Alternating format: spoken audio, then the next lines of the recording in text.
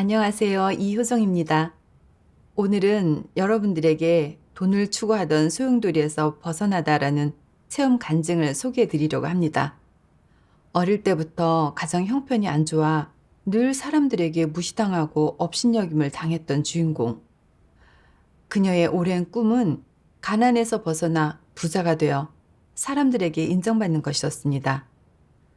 성인이 된 뒤 그녀는 죽기 살기로 돈을 벌어 마침내 결실을 맺었는데 실제로 돈도 벌었고 예술 학원까지 차렸습니다.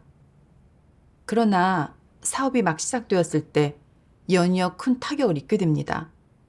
한 차례 전염병으로 그녀는 어쩔 수 없이 수업을 중단해야 했고 이어 수십만 위안의 배상금이 얽힌 사기 사건에 휘말리게 됩니다.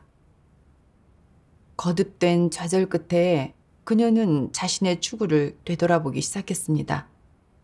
그녀는 어떤 하나님의 말씀을 읽고 어떤 측면의 진리를 깨달았을까요? 또 어떤 올바른 길을 찾았을까요? 그녀의 체험을 함께 들어보겠습니다. 어릴 적 저희 집은 무척 가난했어요. 농사꾼이셨던 부모님은 농사로 생계를 꾸리셨고 아버지는 평소에 포대를 나르며 푼돈을 버셨어요. 빠듯한 살림에 조금이라도 보탬이 되려고 저는 어머니와 함께 밀을 수확할 때면 밭에 가서 이삭을 주워다 팔았죠. 그럴 때마다 사람들은 또 엄마 따라 이삭 줍니? 아빠가 너 하나 못 먹여 살리셔? 라며 비웃었고 그럴 때마다 마음이 너무 안 좋았어요. 저는 남들이 더는 비웃지 못하게 앞으로 꼭 노력해서 돈을 많이 벌어 성공하겠다고 남몰래 다짐했어요. 저는 7살 때 집에서 키운 감을 따다 길거리에서 팔았어요. 고등학생 때는 여름방학 특강반을 열었는데 비록 실패로 끝났지만 포기하지 않았어요. 대학생이 되어서는 방학을 이용해 노점을 운영하고 아르바이트도 했고요.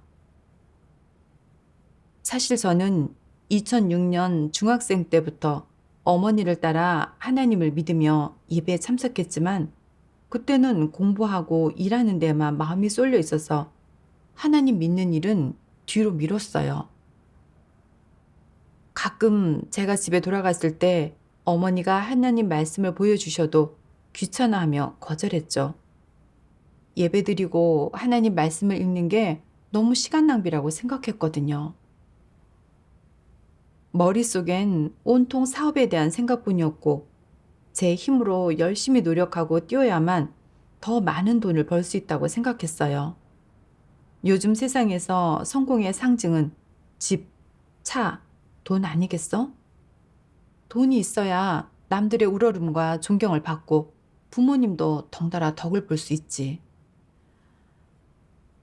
저는 음악 공연을 전공했고 2016년에 졸업한 후에는 학교에서 기간제 교사로 일했어요.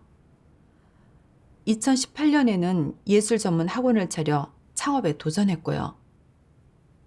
학생들을 모집하기 위해 낮에는 뜨거운 햇볕 아래에서 집집마다 전단지를 돌렸고 밤에는 악기를 들고 골목을 누비며 학생들을 모집했어요. 집에 돌아오면 보통 밤 11시쯤이었어요. 스트레스가 심한 데다 오랫동안 밤을 새운 탓에 자주 두통에 시달렸지만 더 많은 학생을 모집해야 더 많은 돈을 벌 수 있다는 생각에 그럴 만한 가치가 있다고 생각했어요. 온 힘을 쏟아 운영한 끝에 수강생이 점점 늘어났고 저는 살면서 처음으로 큰 돈을 벌게 됐어요. 제가 운영하는 학원이 점점 잘 되니까 학부모들과 동네 사람들은 하나같이 저를 능력 있고 일 잘하는 사람이라고 칭찬했어요. 그런 칭찬을 들을 때마다 정말 뿌듯했고 이제야 당당하게 고개를 들고 살 수 있겠다는 생각이 들었어요. 예술 전문 학원은 7월이 1년 중 가장 중요한 성수기예요. 학생들이 모두 여름방학을 하기 때문에 수강생만 많이 모집하면 한 달이면 몇만 위안은 거뜬히 벌 수 있었어요. 2021년 7월에 저는 이 기회를 잡아 돈을 더 벌려고 기존에 있던 수업에 과목을 더 늘리고 학생들의 식사까지 책임졌어요. 많은 학생의 식사를 책임지다 보니 예전보다 업무량이 훨씬 늘어서 매일 음식 재료를 사러 나가야 했죠. 기억나는 날이 있어요. 아침부터 비가 억수같이 쏟아졌는데 저는 비를 맞으며 10kg 넘는 채소 상자를 하나하나 차에 싣느라 온몸이 흠뻑 젖었어요. 하지만 조금도 힘들지 않았죠. 어차피 한 달뿐인데 조금만 버티면 지나갈 거야. 한 달 뒤면 돈 새는 날 뿐일 테고 내가 꿈꾸던 고급스러운 삶도 점점 가까워지겠지? 생각만 해도 기뻤어요. 근데 전혀 예상치 못한 일이 벌어졌어요. 7월 셋째 주 어느 날 갑작스럽게 코로나 때문에 모든 학원이 수업을 중단해야 한다는 소식을 접하게 됐어요. 저한텐 청천벽력 같은 소식이었죠. 이번 여름 특강을 준비하려고 사전에 정말 많은 준비를 하고 사람도 많이 쓰고 물자와 비용도 많이 들였죠. 제 계획대로라면 이 한 달만 잘 버티면 돈을 손에 쥘 수 있었는데 결국 수업은 절반밖에 진행하지 못했고 남은 수업은 수강료를 모두 환불해야 했어요. 이미 손에 들어온 돈이 눈앞에서 다시 빠져나가는 걸 빤히 보면서 괴로워서 울고 싶었지만 어쩔 도리가 없었죠. 환불을 마치고 계산해 보니까 이번 여름방학은 거의 헛수고만 한 셈이었어요. 저는 마음이 씁쓸했고 온종일 풀이 죽어 지냈죠. 코로나 때문에 수업을 할 수 없게 되면서 저는 갑자기 한가해졌어요.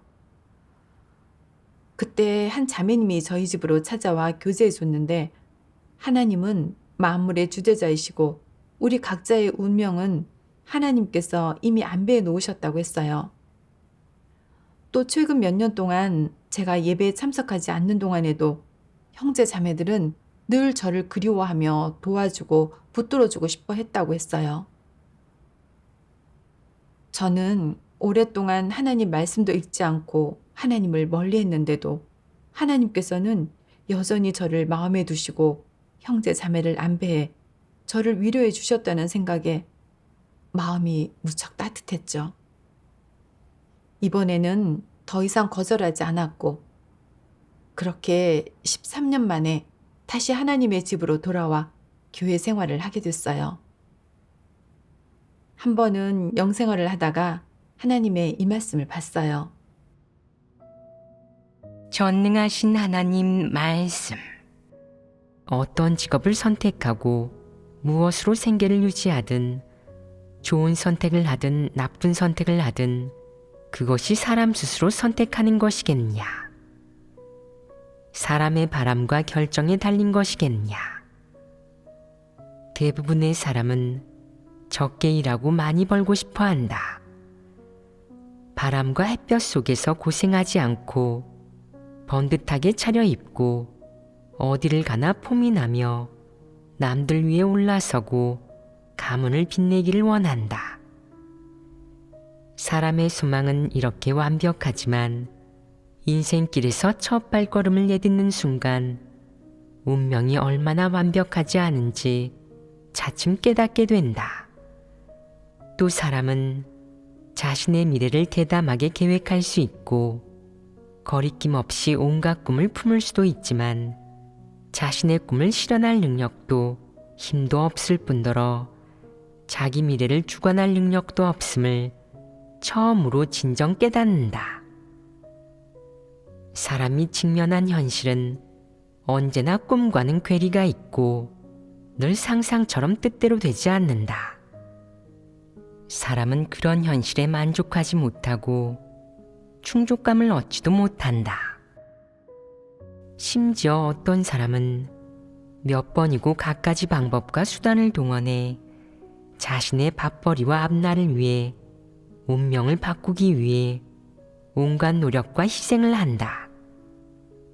하지만 결국 사람이 노력으로 꿈과 소망을 이룰 수는 있을지 몰라도 자신의 운명은 영원히 바꿀 수 없다. 사람이 아무리 발버둥 쳐도 자신의 숙명을 거스르지는 못한다. 능력이나 지능, 의지와 상관없이 운명 앞에서 사람은 모두가 평등하며 크고 작음이나 높고 낮음, 귀천을 구분하지 않는다.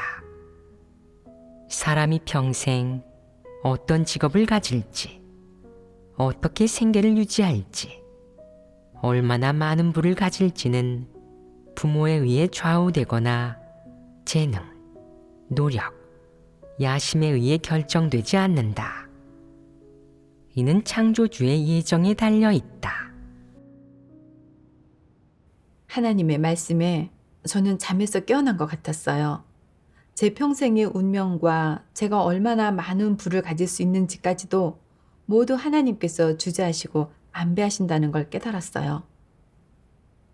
제가 아무리 애쓰고 노력해도 결국 하나님의 예정은 바꿀 수 없는 거죠.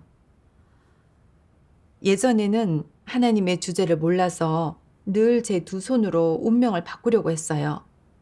어릴 적 집이 가난해서 늘 사람들한테 비웃음을 당했기 때문에 저는 언젠가는 남들이 우러러보는 부자의 삶을 살겠다고 꿈꿨어요.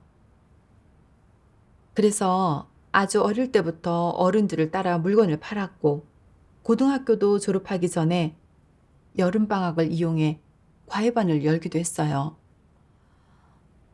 또 대학 시절에는 꾸준히 노점 장사와 아르바이트를 했고 졸업한 후에는 직접 학원을 차렸어요. 이 모든 게 더 많은 돈을 벌기 위해서였죠. 그런데 코로나가 갑자기 터져서 수업을 중단해야 했을 때 제가 세워놓았던 모든 계획이 물거품이 되고 말았어요.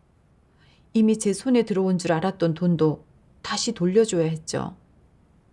그제야 아무리 열심히 노력한다고 해도 반드시 원하는 결과를 얻는 건 아니고 모든 일이 사람의 계획대로 되는 것도 아니라는 걸 절실히 느꼈어요. 사람의 운명은 모두 하나님의 손에 달려 있어요.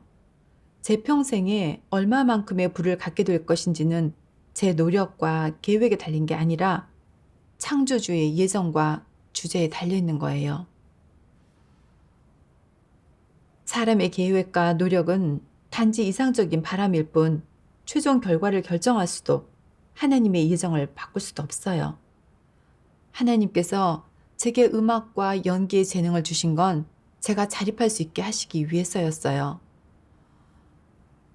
근데 저는 만족할 줄 모르고 늘 제 노력으로 풍족한 삶을 이루려고 했고 하나님의 지배와 안배에 순종하지 못했어요.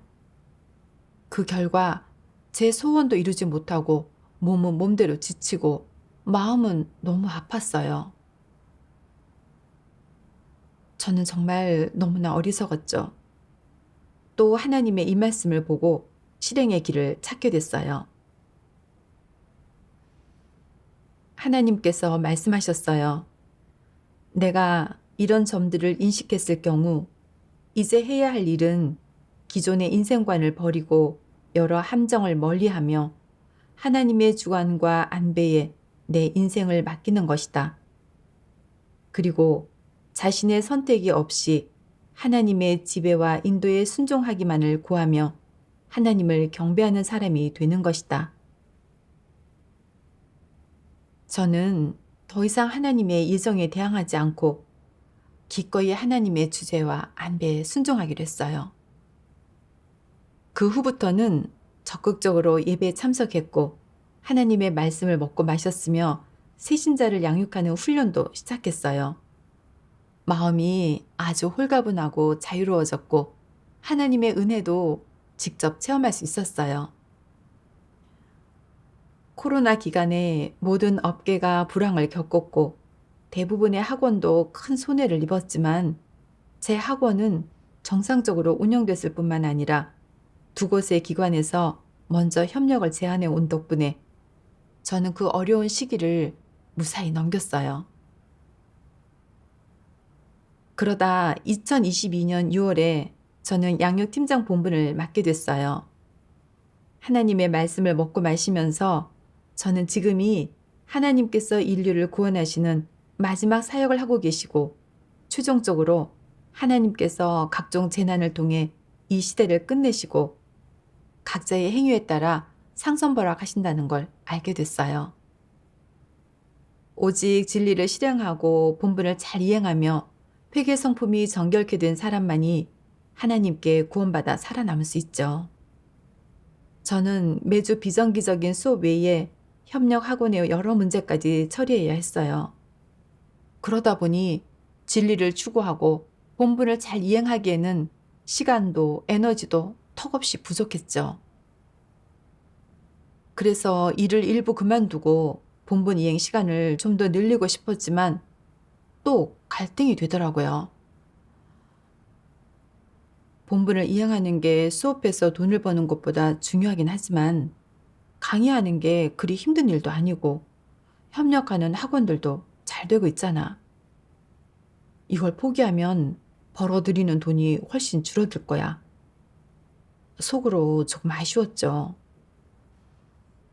그래서 저는 하나님께 이 짐을 내려놓고 하나님 말씀을 먹고 마시며 본분을 이행하는데 더 많은 시간을 쓸 수 있도록 이끌어 달라고 기도했어요.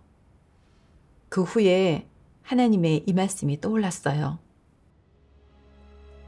전능하신 하나님 말씀. 하나님 나라는 사람들 가운데서 확장되고 사람들 가운데서 형성되고 세워진다. 어떤 세력도 나의 나라를 무너뜨릴 수 없다. 오늘날 하나님 나라 백성인 너희 중 사람들 가운데 있지 않은 자가 있더냐? 누가 사람 외의 상태에 있더냐? 내 새로운 출발점이 사람들에게 선포될 때 사람들의 반응은 또 어떠하겠느냐? 너희는 인간 세상의 모습을 직접 보았으면서 아직도 세상에 오래 머물 생각을 버리지 않았단 말이냐? 지금 하나님 나라 복음은 이미 세계 각국으로 확장됐고 각종 재난과 전쟁도 이미 일어났어요. 하나님께서 인류를 구원하시는 사역도 곧 끝이 나죠. 만약 제가 본분을 잘 이행하지 않고 계속 돈만 쏟는다면 진리를 얻어 구원받을 기회를 스스로 망쳐버리게 될 거예요. 그러다 결국 재난에 빠지게 되면 그때는 돈이 아무리 많아도 목숨을 구할 수 없어요. 그러니 진리를 추구하고 본분을 잘 이행하는 게 가장 중요하죠. 그래서 저는 먼저 사립학교 강의를 그만뒀고 이어서 두 곳의 협력학원과의 계약도 해지했어요. 그렇게 월요일부터 금요일까지는 본분을 이행하는 데 시간을 썼고 주말에만 수업을 했어요. 비록 협력하는 학교가 줄어서 수입도 줄었지만 하나님 말씀을 먹고 마시며 본분을 이행하는데 더 많은 시간을 쓸 수 있어서 마음이 정말 너무나 편안했어요. 저는 이제 돈에 대한 욕심을 조금은 내려놓았다고 생각했어요. 근데 또 다른 큰 시험이 저를 기다리고 있을 줄은 미처 몰랐죠. 2023년 4월에 올케가 온라인 쇼핑몰 사업을 소개해 주면서 3에서 6개월이면 50만 위안을 벌 수 있다고 하는 거예요. 저는 마음이 좀 흔들렸어요. 그렇게 짧은 시간에 50만 위안이나 벌 수 있다니 내가 수업해서 버는 것보다 훨씬 많잖아. 지금 집이 있으니까 차만 좋은 차로 바꾸면 더 체면이 설 텐데. 근데 그때는 마음이 좀 불안했어요. 사기를 당할까 봐 걱정됐고 사업을 하면 본분에 지장이 생길 것 같아서 거절했죠. 그 후에 올케는 가게를 열어서 점장이 됐는데 하루 수입이 몇십 위안에서 점점 늘어나더니 1000에서 2000 위안으로 올라가는 거예요. 게다가 올케를 따라 일하던 사람들 중에는 저보다 능력이 부족한 사람들도 있었는데 그들도 가게를 열어 점장이 되더니 하루에 몇천 위안씩 벌더라고요. 그러니 저도 더 솔깃해졌어요. 정말 돈을 쉽게 버는구나. 나도 하루에 몇천 위안씩 벌면 3개월이면 50만 위안을 벌 수 있잖아. 그럼 차를 바꾸고 싶었던 꿈도 금방 이루겠어. 차를 바꾼 뒤 남들한테 부러움과 존경을 받는 장면을 상상하니까 의욕이 생겼고 저는 망설임 없이 몇천 위안을 투자했어요. 그 뒤로 더 많은 돈을 벌기 위해 친척과 친구들을 소개해 가입시켰고 그들에게 반드시 돈을 벌 수 있다고 장담했어요. 손해를 보면 제가 책임지겠다고 약속까지 했죠. 그렇게 저는 계속해서 제 팀을 확장했고 실적도 꾸준히 올랐어요. 6월에는 저도 점장이 돼서 하루 수입이 거의 2천 위안에 달했어요. 7월에는 분점까지 열게 되면서 사업은 전보다 더 바빠졌고 버는 돈도 더 많아졌어요. 그러다 2023년 8월에 형제 자매들이 저를 양육집사로 뽑았어요. 저는 본분에 지장을 주지 않으려고 낮에는 본분을 이행하고 밤에 집에 돌아와서는 온라인 쇼핑몰 일을 처리했어요. 새벽 1~2시까지 전화 회의를 하는 날이 부지기수였고 바빠서 밥 먹을 시간도 없을 때도 많았어요. 그렇게 불과 석 달 만에 매장을 8곳까지 늘렸고 200만 위안이 넘는 실적을 올렸어요. 하지만 밤을 새우는 날이 잦다 보니 낮에는 자주 머리가 아프고 온몸에 기운이 하나도 없었어요. 온종일 멍한 상태로 기운이 하나도 없어 본분을 이행하는데도 큰 지장이 생겼죠. 예배도 형식적으로 참석할 뿐이었고 문제점을 발견하지도 형제자매의 어려움을 해결해 주지도 못했어요. 집에 돌아오면 또 온라인 쇼핑몰에 여러 문제가 저를 기다리고 있었어요. 저는 완전히 녹초가 됐지만 돈은 벌어야 하니까 여기서 벗어날 수도 없었어요. 마치 뭔가에 통제당하는 느낌이 들어 올케한테 도대체 언제쯤 50만 위안을 다 벌어서 쇼핑몰 관리를 그만둘 수 있는 거냐고 물어봤죠. 그랬더니 올케가 그러더라고요. 팀 실적이 500만에 도달하면 이 일에서 손 떼고 더 이상 관리하지 않아도 돼요. 그때쯤이면 딱 50만 위안을 벌게 될 거예요. 그 대답을 듣자마자 머릿속이 윙 하고 울리면서 순간 속았다는 느낌이 들었어요. 50만 위안을 버는데 석 달이면 충분할 줄 알았어. 그때가 되면 돈도 벌고 본분에도 지장이 없을 줄 알았는데 500만 팀 실적이라는 조건이 있을 줄이야. 언제 500만 팀 실적을 채우고 이 일에서 벗어날 수 있을까? 나한테는 너무 까마득한 목표야. 저는 너무 걱정돼서 밥도 넘어가지 않고 잠도 이룰 수 없었어요. 그때 제 하루 수입은 8천 위안이 넘었지만 조금도 기쁘지 않았어요. 그제야 제가 잘못된 길을 가고 있다는 걸 깨닫게 됐어요. 마음이 너무 괴로워 하나님께 기도드렸죠. 하나님, 제가 돈의 소용돌이에 빠졌다는 걸 알았습니다. 처음에는 그저 몇천 위안 투자하는 작은 사업이라고 생각했는데 지금은 저를 얽매는 족쇄가 되었습니다. 어떻게 해야 여기서 벗어날 수 있을까요? 하나님, 저를 도와주고 이끌어 주세요. 기도를 마친 후 저는 이 50만 위안을 포기하기로 결심하고 올케한테 전화해서 제 결정을 알렸어요. 올케는 제 단호한 태도에 어쩔 수 없이 동의했죠. 근데 제가 그만둔 지 얼마 되지 않아 어느 날 갑자기 그 온라인 쇼핑몰 사업이 사실은 요즘 인터넷에서 성행하는 신종 사기라는 소식을 들었어요. 사람들한테 먼저 이익을 얻게 하고 돈을 벌게 한 다음 경계심이 풀렸을 때 투자한 돈을 한꺼번에 가로채는 수법이었던 거예요.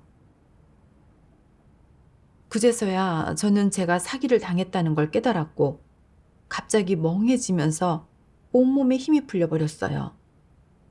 당시 저는 팀을 확장하려고 많은 친척과 친구들을 가입시켰고 한 사람 한 사람에게 손해를 보면 제가 책임지겠다고 장담했었어요.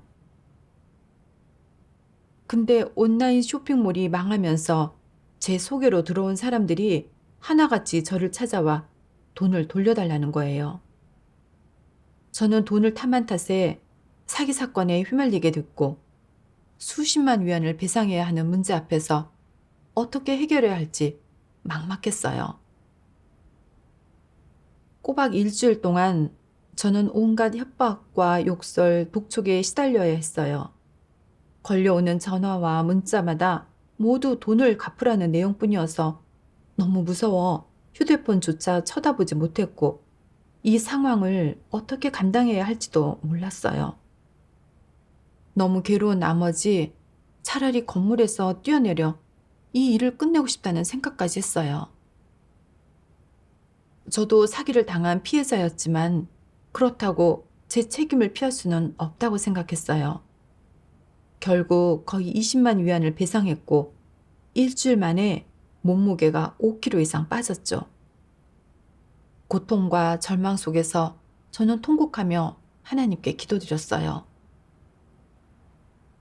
하나님, 제가 잘못했습니다. 제 야심과 욕망이 저를 해쳤다는 걸 압니다.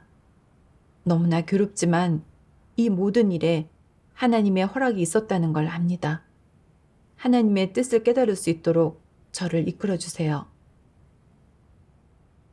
기도를 마치고 나니 제 마음은 조금씩 평온을 되찾았고 저는 진리를 구하기로 했어요.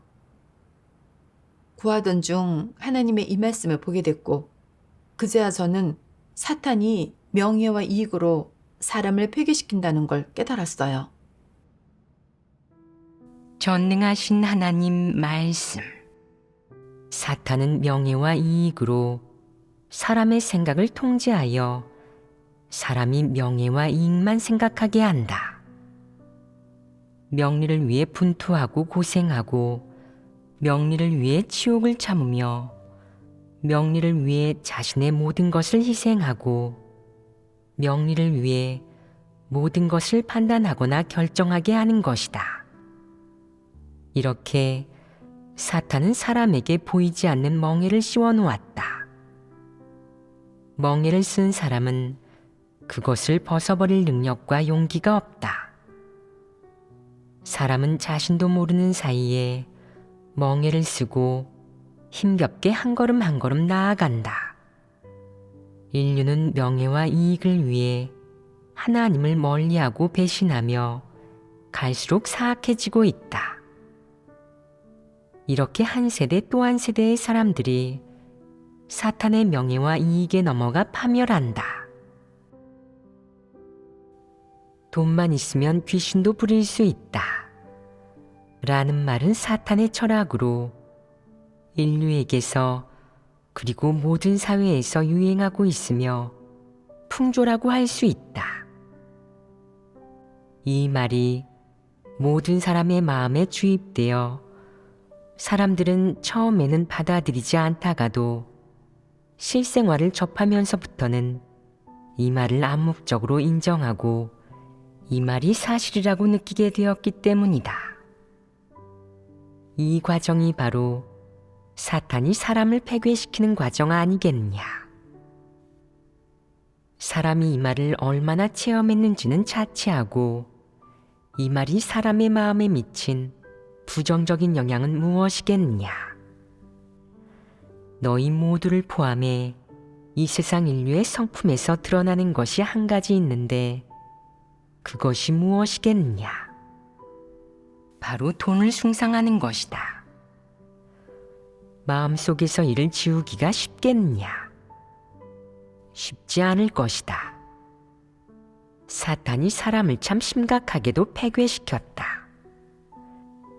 사탄은 바로 돈으로 사람을 유혹하여 사람이 돈을 숭상하고 무력적인 것을 숭상하도록 패괴시킨 것이다.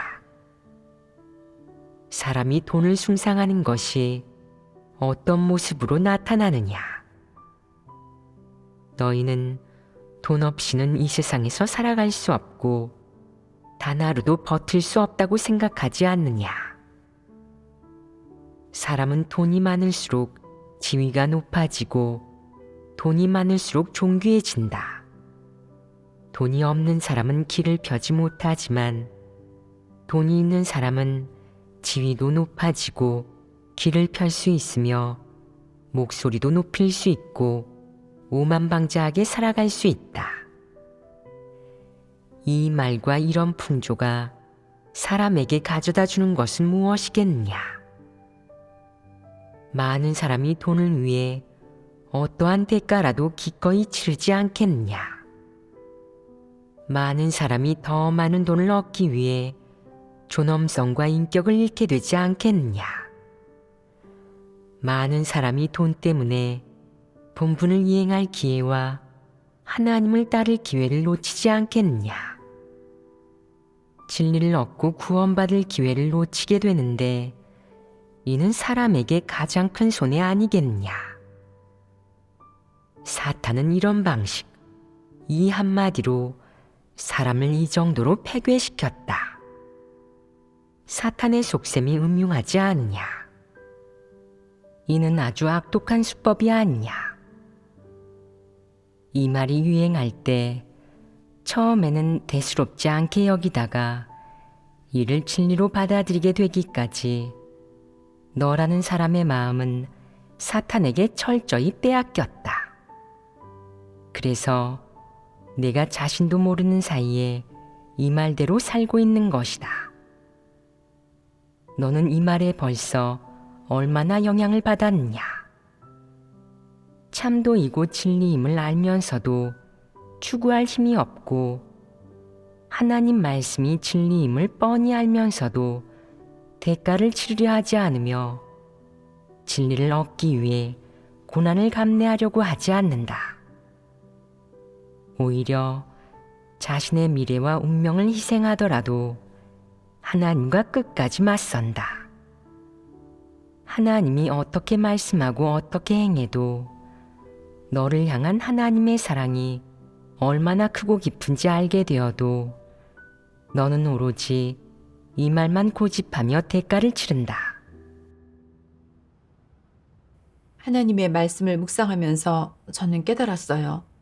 사탄은 사람한테 수많은 잘못된 사상 관점을 주입해서 사람들이 돈과 명예, 무력을 숭상하게 만들어요. 이렇게 오직 돈과 명예만 쫓느라 바쁘게 살아가게 해서 하나님 앞에 나와 진리를 추구하고 하나님의 구원을 받아들이지 못하게 하죠. 저는 사탄이 사람한테 주입한 돈만 있으면 귀신도 부릴 수 있다. 돈이 전부는 아니지만 돈이 없으면 아무것도 할 수 없다. 출세해야 한다. 남들 위해 군림해야 한다. 이런 사탄의 독소에 따라 살았어요. 저도 돈만 있으면 뭐든 다 할 수 있고 돈이 없으면 살아가기조차 힘들고 돈이 있어야 지위가 높아지고 다른 사람들이 무시하거나 비웃지 못한다고 생각했어요. 어릴 적 집이 가난해서 늘 다른 사람들의 비웃음을 받았기 때문에 저는 부자가 돼서 풍족한 삶을 살면서 사람들한테 우러름을 받고 싶었어요. 돈을 벌려고 온갖 방법을 시도하느라 예배에도 참석하지 않았고 하나님 말씀도 읽지 않았어요. 심지어 어머니가 제 눈앞에 하나님 말씀책을 내밀어도 귀찮아하며 밀어냈죠. 예술 학원을 개원한 후에는 매일 어떻게 홍보해야 더 많은 학생을 모집해서 돈을 더 벌 수 있을지만 생각했어요. 매일 극도의 긴장감 속에서 살다 보니 피곤해서 자주 불면과 두통에 시달리곤 했죠. 결국 코로나로 전국이 문을 닫고 영업까지 중단되면서 다시 하나님 앞으로 돌아오게 된 거예요. 나중에 하나님의 말씀을 읽으면서 이번 생에 제 운명이 어떨지, 얼마나 많은 부를 갖게 될지는 모두 하나님께서 이미 정해놓으셨고 제 노력이나 계획으로 바꿀 수 있는 게 아니라는 걸 알게 됐어요. 하지만 돈과 명예에 대한 제 욕심은 너무 컸기에 사람을 해치는 사탄의 사악한 수법을 제대로 알지 못했어요. 그래서 다시 돈의 유혹을 마주했을 때 50만 위안을 더 벌어서 고급 차로 바꾸고 사람들의 우러름과 존경을 받으려고 했죠. 그러다 결국 잘못된 길로 들어서서 인터넷 사기의 함정에 빠지고 말았어요. 예전에는 모두한테서 우러름을 받던 원장에서 남의 돈을 가로채는 사기꾼으로 전락하고 만 거예요. 거액의 배상금과 친척, 친구들의 끝없는 비난과 욕설 앞에서 저는 사람들이 던지는 돌을 맞아가며 정신적, 육체적으로 엄청난 타격과 고통을 겪었고 심지어 죽음으로 이 모든 것에서 벗어나려고 했어요. 돈과 명예는 보이지 않는 밧줄처럼 저를 꽁꽁 묶고 있었다는 걸 깨달았어요.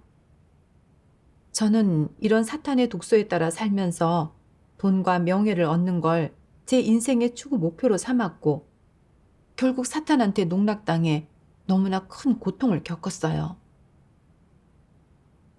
돈과 명예를 추구하는 건 저를 점점 더 고통스럽게 살게 할 뿐만 아니라 하나님을 멀리하고 하나님께 구원받을 기회를 잃게 한다는 사실을 알게 됐어요.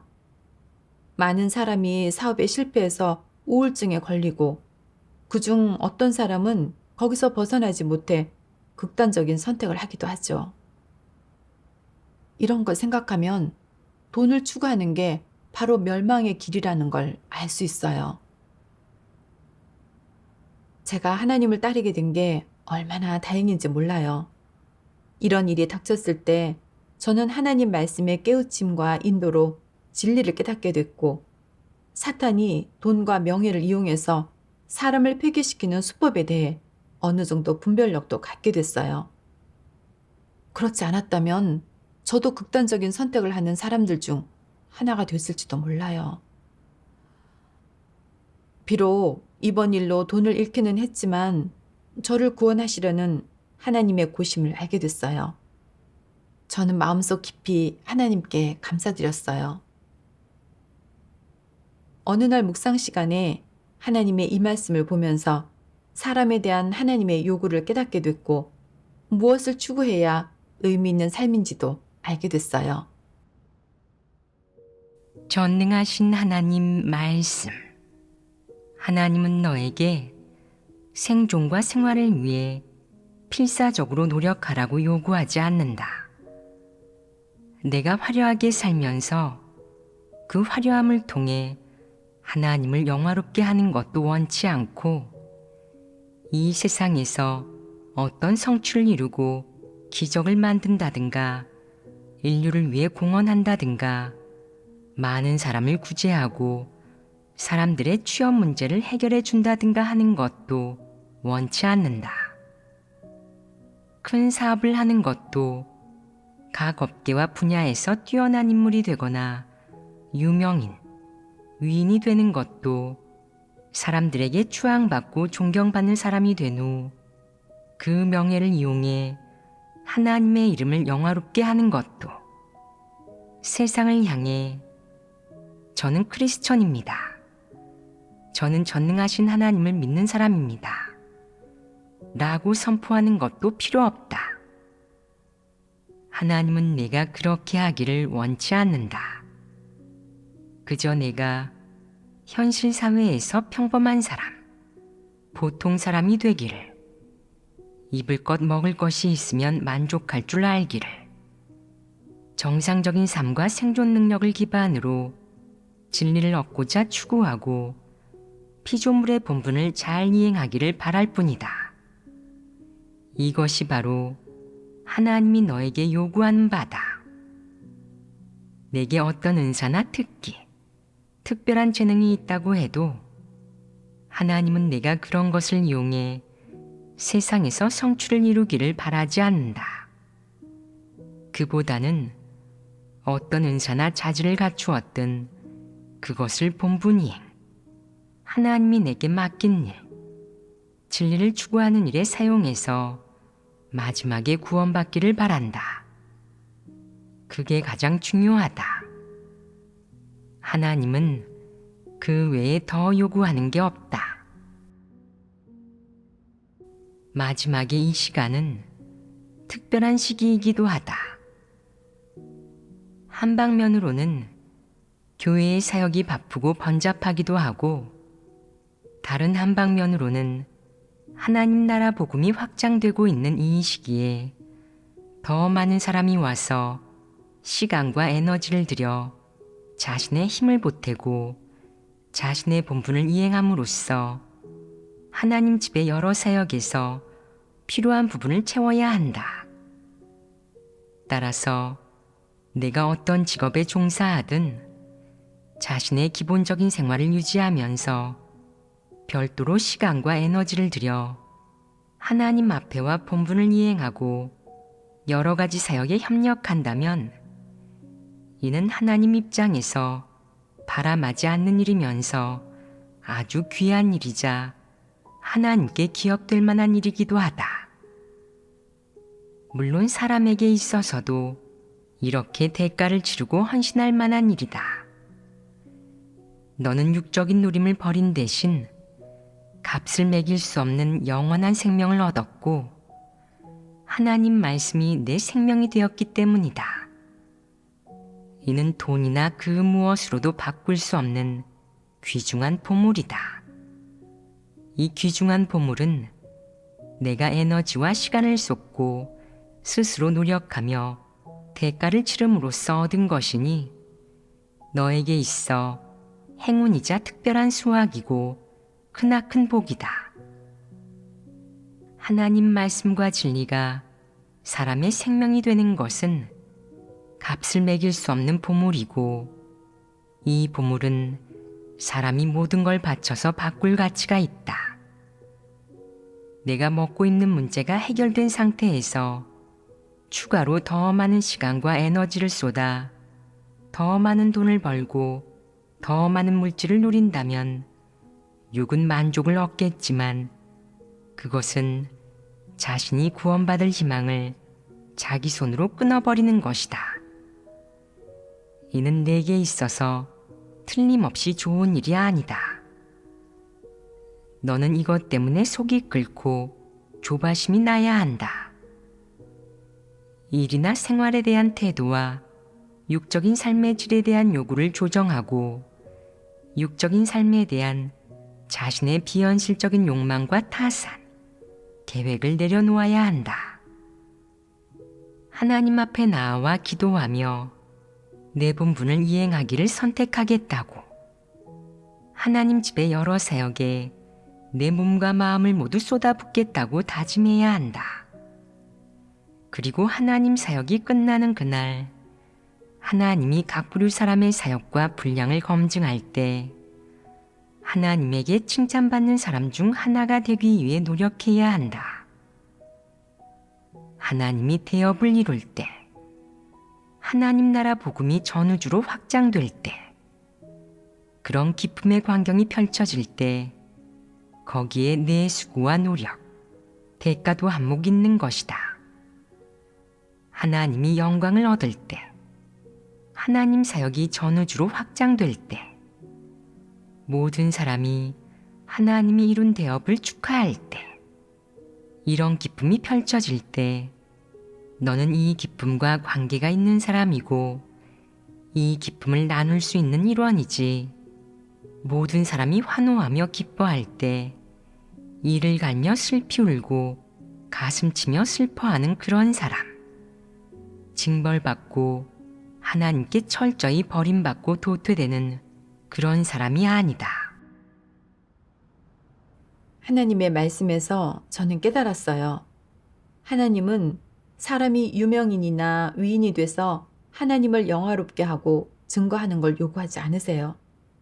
하나님은 사람이 그저 의식주가 해결되면 더 많은 시간을 진리를 추구하고 본분을 잘 이행하는 데 사용하기를 바라세요. 저는 어릴 때부터 음악적 재능이 있었고 졸업 후에는 제 재능으로 생계를 꾸렸어요. 생활에서 의식주는 물론이고 어느 정도 여유도 있었고요. 근데 저는 거기에 만족하지 못하고 더 많은 돈을 벌어서 더 많은 사람한테 인정받고 싶었어요. 출세하는 게 그 무엇보다 중요하다고 생각했거든요. 예전에 하나님을 믿지 않을 때도 돈을 좀 벌어 사람들한테 우러름을 받았지만 마음은 조금 더 편하지 않았고 진정한 행복도 느끼지 못했어요. 매일 일하는 거 외에는 친구들과 먹고 마시고 놀면서 무료한 시간을 보냈고 사람이 도대체 왜 사는지 삶의 의미와 가치가 무엇인지 전혀 알지 못했어요. 돈은 저한테 일시적인 물질적 풍요를 가져다 줬지만 제 마음 깊은 곳에 공허함은 채워주지는 못했어요. 하나님 말씀을 통해 저는 사람이 돈과 명예를 추구하면서 사는 건 여전히 공허하고 아무런 의미가 없다는 걸 알게 됐어요. 오직 진리를 추구하고 피조물의 본분을 잘 이행해야만 가치 있고 의미 있는 삶을 살 수 있는 거죠. 예수님께서 하신 말씀이 생각났어요. 사람이 만일 온 천하를 얻고도 제 목숨을 잃으면 무엇이 유익하리요? 사람이 무엇을 주고 제 목숨을 바꾸겠느냐? 예전에 돈이 없을 때는 돈이 생기면 만족할 거라고 늘 생각했지만 막상 돈이 생기고 나서도 여전히 공허했고 아무 의미도 느끼지 못했어요. 돈은 사람이 진정으로 필요로 하는 게 아니었던 거죠. 제 고향에 불치병에 걸린 어떤 사람이 있었는데 육교 위에서 자신이 가진 돈을 전부 다 뿌리고 강에 뛰어들어 스스로 목숨을 끊었어요. 질병과 죽음 앞에서는 아무리 많은 돈과 명예를 갖고 있어도 아무리 많은 사람들의 우러름을 받아도 아무 소용이 없어요. 이런 걸로는 생명을 살 수 없는 거죠. 하나님을 따르지 않고 진리를 추구하지 않거나 본분을 잘 이행하지 않으면 결국 모든 게 헛될 뿐이에요. 지금 하나님의 사역은 이미 마지막 단계에 이르렀고 사람이 진리를 추구할 기회와 시간은 많지 않아요. 저는 이제 시간을 잘 활용해서 하나님 말씀을 더 많이 먹고 마시며 피조물의 본분을 잘 이행해야 해요. 이것만이 가장 의미 있는 일이죠. 저는 롯의 아내를 생각해 봤어요. 롯의 아내는 천사의 구원을 받아 이미 소돔성을 빠져나왔지만 재산과 돈을 내려놓지 못해 뒤를 돌아보았다가 소금 기둥이 돼서 수치의 상징이 됐잖아요. 이제 마지막 구간의 길에 다다르니 저는 롯의 아내의 교훈을 마음에 새겨야 해요. 돈과 명예에 대한 추구를 내려놓고 본분을 잘 이행하며 진리를 추구해야 하죠. 이게 바로 가장 의미 있고 하나님께 인정받는 인생이에요. 지금 저는 교회에서 리더 본분을 맡고 있어요. 진리를 갖추고 본분을 잘 이행하는데 더 많은 시간과 에너지를 쏟기 위해 저는 학생을 10여 명만 남기고 매주 6시간 정도만 일하면서 생활비를 마련하고 있어요. 그리고 대부분의 시간을 본분을 이행하는 데 사용하고 있고요. 본분을 이행하면서 저는 사람과 어떻게 지내야 하는지, 어떻게 해야 기준에 맞게 본분을 이행할 수 있는지, 그리고 제 회계 성품을 어떻게 인식해야 하는지 등을 깨닫게 됐어요. 지금 저는 매일 하나님 말씀을 읽고 본분을 이행하고 있어요. 더 이상 돈과 명예의 고통과 속박에 시달리지 않고 마음은 홀가분하고 평안해요. 하나님의 구원에 감사드려요. 아멘. 이 간증을 들으시고 어떤 것을 느끼고 깨닫게 되셨나요? 댓글 많이 남겨주세요. 오늘은 여기까지입니다. 다음에 또 뵙겠습니다.